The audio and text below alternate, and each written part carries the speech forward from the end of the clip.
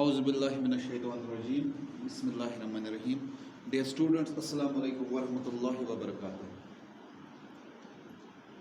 Class 10th का आज हमने लिया है पॉलिटिकल साइंस में से पिछला जो लेक्चर हमारा था, जो कल हमने पढ़ा था, दैट वाज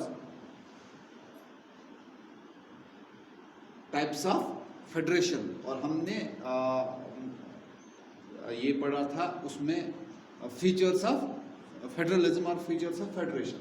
तो आज जो हमने पढ़ना है that is what makes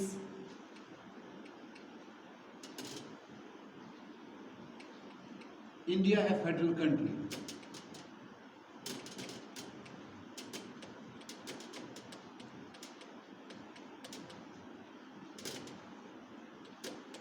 India कैसे एक फेडरल कंट्री है, कौन से ऐसी चीज़ें हैं जिनकी वजह से इंडिया एक फेडरल कंट्री बनता है। आपको याद होगा फेडरल सिस्टम वो है जहां पे पावर को डिसेंट्रलाइज किया गया हो from centre to state and even local level, वहां पे पावर को डिसेंट्रलाइज किया गया हो, उसको हम फेडरल सिस्टम बोलते हैं। यहाँ फीचर जो आपने कल पढ़े उसमें भी आपने देखा कि फीचर में क्या क्या है, क्या क्या चीज़ें होनी चाहिए, उनका रेवेन्यू होना चाहिए, वो जस्टिफाई, उनका ज्यूरिडिक्शन अलग अलग होना चाहिए, वो चीज़ें उनको वहाँ पे क्लियर होनी चाहिए।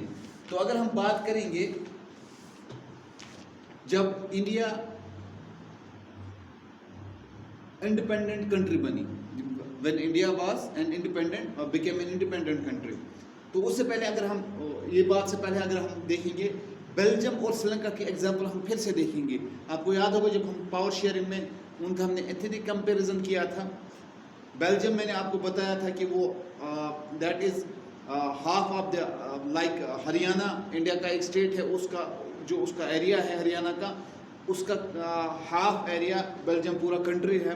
इसी तरह मैंने श्रीलंका की बताया था आपको, श्रीलंका जो है that is equal to population as well as area to Haryana.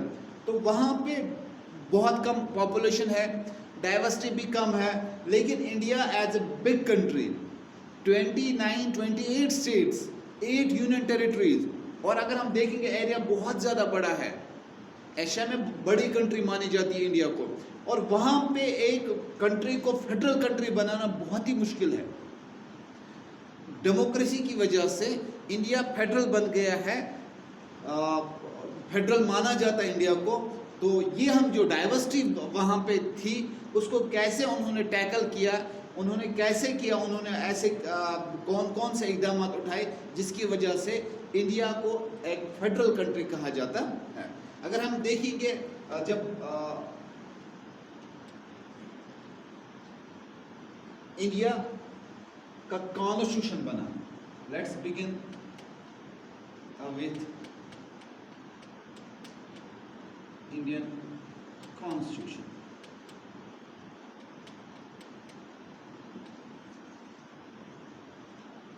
India जब इमर्ज हुआ था as independent country, when India emerged,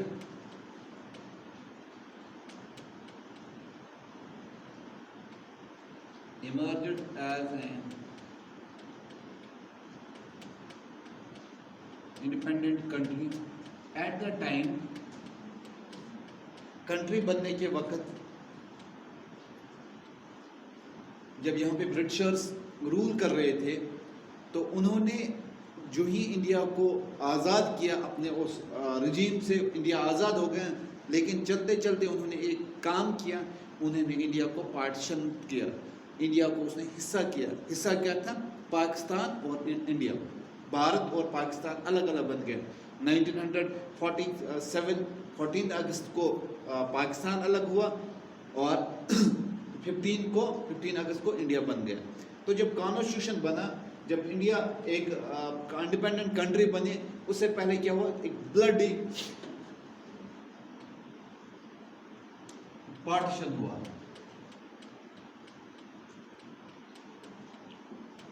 bloody partition, even we can say painful also.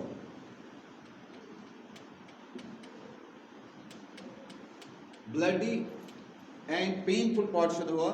उस टाइम पे पाकिस्तान और हिंदुस्तान अलग अलग हुआ। उसके बाद क्या है, इंडिया जो है, क्योंकि इंडिया में जो बहुत सारे स्टेट्स थे, प्रिंसली स्टेट्स थी,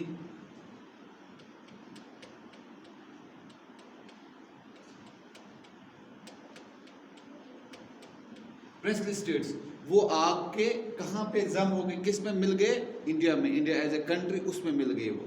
तो इसलिए क्या करते हैं, इंडिया को कहा जाता है, it is A union of, India is A union of states. That means states India की वजह से बनी है, यूनियन ऑफ स्टेट्स है इंडिया। कॉन्स्टिट्यूशन जो है उन्होंने क्या किया, टू टाइप ऑफ गवर्नमेंट वो बोलते हैं, स्टेट और centre, two type of government. अब हम देखेंगे कि यहाँ पे किन वजहों से, किन वजूहात की बिना पे इंडिया जो है उसको फेडरल हम मानते हैं, क्योंकि टू टायर ऑफ गवर्नमेंट है, टू टायर ऑफ गवर्नमेंट। अब यहाँ पे कुछ लिस्ट्स है जिनकी वजह से इंडिया को माना जाता है that's a federal country. That is first हम देखेंगे यूनियन लिस्ट। अब यहाँ पे क्लियर है, इसके नाम से ही आपको मैं बोलता हूँ, गवर्नमेंट जो होती है सेंट्रल गवर्नमेंट, उसको यूनियन गवर्नमेंट भी हम कहते हैं। तो यूनियन लिस्ट दैट मीन्स वो लिस्ट, वो पावर जो कहाँ पे डायरेक्टली कहाँ पे होती है, सेंट्रल गवर्नमेंट के पास। तो इसमें क्या है, इट इंक्लूड्स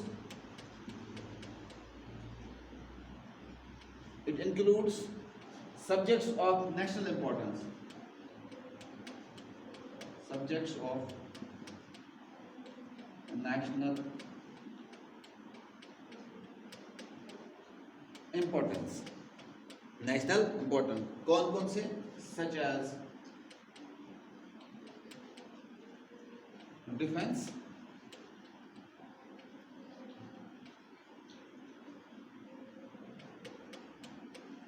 foreign affairs,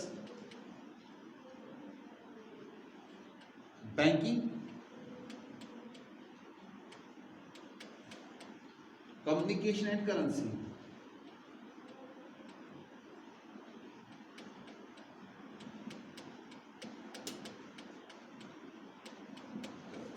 तो यूनियन लिस्ट में वो चीजें आती है जिनका कंट्रोल डायरेक्ट यूनियन गवर्नमेंट के पास होता है। जैसे हम देखेंगे डिफेंस, जो फौज होती है that is under the control of union government, central government के अंडर वो होती है। फॉरेन अफेयर्स, किसी मुल्क के साथ कोई भी रिलेशन रखना है वो तो कंट्री का मसला है, डायरेक्टली स्टेट अपने रिलेशन नहीं बढ़ा सकता किसी और मुल्क के साथ, ये पॉसिबल नहीं है। तो बैंकिंग सिस्टम है, मैं आपको एग्जांपल दूंगा, आपके पास अगर banking system state to state vary हो जाता, आपके पास एटीएम है यहाँ पे जम्मू कश्मीर बैंक का, आप जा रहे हैं दिल्ली, वहां पे स्टेट बैंक है, तो अगर बैंकिंग सिस्टम अलग अलग होता, अगर बैंकिंग सिस्टम अलग अलग होता तो आप मुझे बताइए, आपका एटीएम या आपकी जो चेक यहाँ पे आपने ली थी वो वहां पे कैश हो सकती है? नहीं, क्योंकि बैंकिंग सिस्टम अगर स्टेट लेवल पे अलग अलग होता। तो इसलिए बैंकिंग जो है ये नेशनल लेवल पे होता है, नेशनल लेवल पे सेम होता है, ताकि हर एक रहने वाला शहरी जो मुल्क में रहता हो वो सेम पैटर्न इस्तेमाल करे बैंकिंग का। कम्युनिकेशन, जो हमारा कम्युनिकेशन सिस्टम है, कम्युनिकेशन सिस्टम जो हमारा है वो कहाँ पे इंहिसार करता है? नेशनल गवर्नमेंट पे, सॉरी दिस सेंट्रल गवर्नमेंट पे। और करेंसी की बात करेंगे हम, अगर हमारे पास state to state vary currency हो जाती तो आपको कहीं जाना हो तो आपको हर जगह पे करेंसी चेंज करनी पड़ती, इसीलिए मुल्क की एक ही करेंसी होती है, तो तभी ये किस लिस्ट में आता है? यूनियन लिस्ट में आता है। आई होप कि आपको ये क्लियर हुआ होगा। फिर दूसरा है स्टेट लिस्ट, दैट मीन्स ये कौन सा लिस्ट है? ये वो लिस्ट है जो स्टेट को जिसपे कंट्रोल होता है।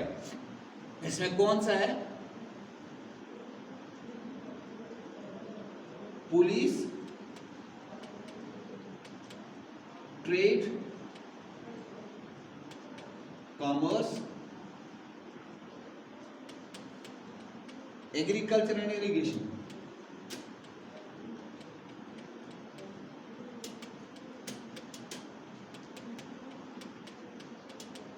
अब यहां पे क्लियर हुआ वो चीजें जो स्टेट कंट्रोल करती है, दैट इज पुलिस है, ट्रेड है, जो कारोबार करते हैं विद इन द स्टेट हम कर सकते हैं, एग्रीकल्चर इरिगेशन सिस्टम जो हमारा है वो हम खुद कंट्रोल कर सकते हैं। इस पे सेंट्रल गवर्नमेंट कोई भी इसमें उनका कोई हाथ नहीं होता है, जो कर सकते हैं स्टेट गवर्नमेंट खुद कर सकती है।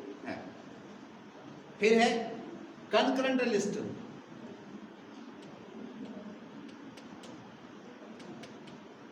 ये वो लिस्ट है जिसमें जो कॉमन होती है, which is common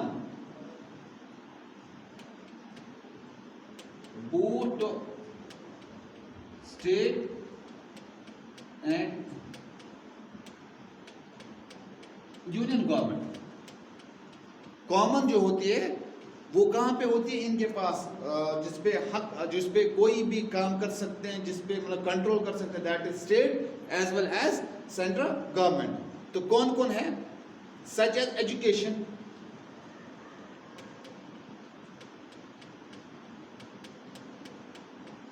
forest, trade unions,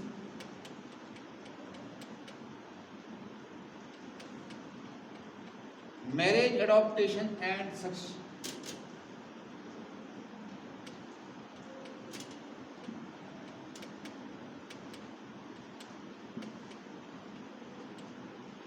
तो ये कुछ चीजें हैं जिन पे कंट्रोल रहता है, किनका, both centre and state government. अगर हम एजुकेशन की बात करते हैं, जो एजुकेशन पॉलिसीज होती है, तो स्टेट गवर्नमेंट को भी उसमें हक होता है कि वो पॉलिसीज पे बात कर सके, पॉलिसी बनाने में वो उनका हाथ रहे।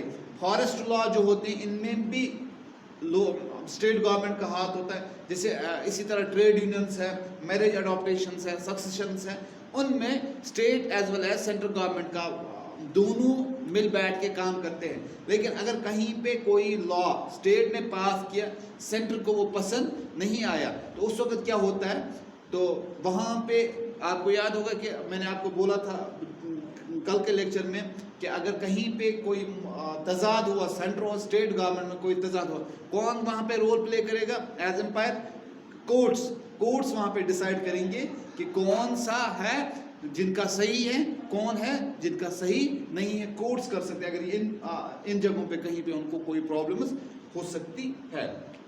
फिर ये लास्ट जो है रेसिडरी लिस्ट, ये वो लिस्ट है, ये आप जो पढ़ रहे हैं, ये कॉन्स्टिट्यूशन जब बना था, कॉन्स्टिट्यूशन कब बना था, कॉन्स्टिट्यूशन 1949 में कंप्लीट हुआ था और इम्प्लीमेंट कब हुआ था, 26 जन 1950। 26 जनवरी जब हम मनाते हैं तो वो किस लिए मनाते हैं हम कॉन्स्टिट्यूशनल डे, उस वक्त कॉन्स्टिट्यूशन बना था, इम्प्लीमेंट हुआ था कॉन्स्टिट्यूशन। तो दैट मीन्स ये लॉज, ये जो हम अभी तक पढ़ रहे थे, ये लॉज कब बने थे, 1949 से पहले। उसके बाद अगर कोई लॉ उसके बाद बना, लेकिन कॉन्स्टिट्यूशन जो उस टाइम पे बनाने वाले थे, उन्होंने सोचा था कि कुछ चीज़ें ऐसी है जो आने वाला वक्त हो तो कॉन्स्टिट्यूशन के लिए फिर प्रॉब्लम हो जाएगी, कॉन्स्टिट्यूशन में है नहीं, लेकिन उनके सामने वो चीज़ें अब आ रही है, अब क्या कर सकते हैं, तो वो उस वक्त उसमें कोई ना कोई चीज़ ला सकते हैं। तो रेसिडेंट लिस्ट जो है वो in which does not fall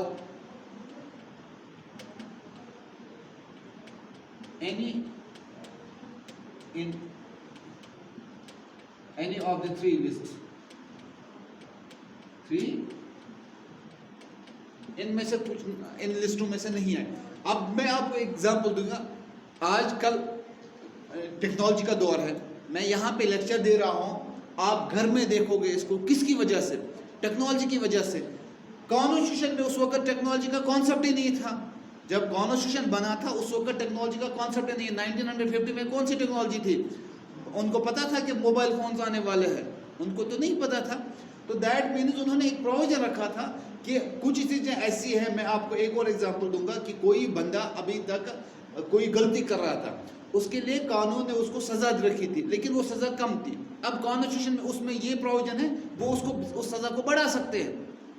जहाँ कोई ऐसा जुर्म है जो इससे पहले हुआ नहीं था, 1950 से पहले हुआ ही नहीं था, कॉन्स्टिट्यूशनल प्रोविजन में उसमें के उसमें वो देखा ही नहीं उन्होंने देखा ही नहीं था उस टाइम पे, उन्होंने कानून बनाए। अब आगे से आ रहा है तो रेसिडुअल लिस्ट में वो चीजें ऐड हो सकती है। आई होप कि आपको ये जो लिस्ट, चारों लिस्ट ये क्लियर हुई होगी। और इसके बाद एक और चीज है, अगर हम बात करेंगे इंडिया की, तो इंडिया जो है that is holding together federation, जो रूल है जो हमने कल पढ़ा था वो फॉलो करता है। आपको याद होगा मैंने आपको कल बताया था कि अगर हम बात करेंगे 5 अगस्त 2019 से पहले जो कश्मीर, जम्मू कश्मीर को एक स्पेशल प्रोविजन दिया गया था, आर्टिकल 370 और फिर दिस आर्टिकल 1535A, तो 370 और 35A हमें स्पेशल प्रोविजन देता था। इसी तरह यहाँ पे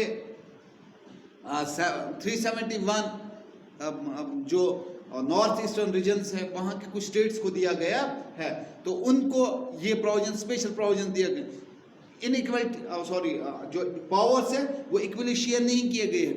कुछ स्टेट्स में पावर्स को ज़्यादा शेयर किया गया, उनको प्रोविजन दिए गए हैं, कुछ स्टेट्स को नहीं दिया गया है। तो ये जो कॉन्सेप्ट है दैट इज इंडिया जो है holding together, this coming together नहीं बल्कि क्या है, होल्डिंग टुगेदर है। तो आप, आई होप कि आपको ये क्लियर हुआ होगा। तो नेक्स्ट जो हमारा होगा दैट विल बी नेक्स्ट जो आपकी चैप्टर में वो नेक्स्ट हम डिस्कस करेंगे। तब तक के लिए आप मुझे इजाज़त दीजिए। अल्लाह हाफिज़।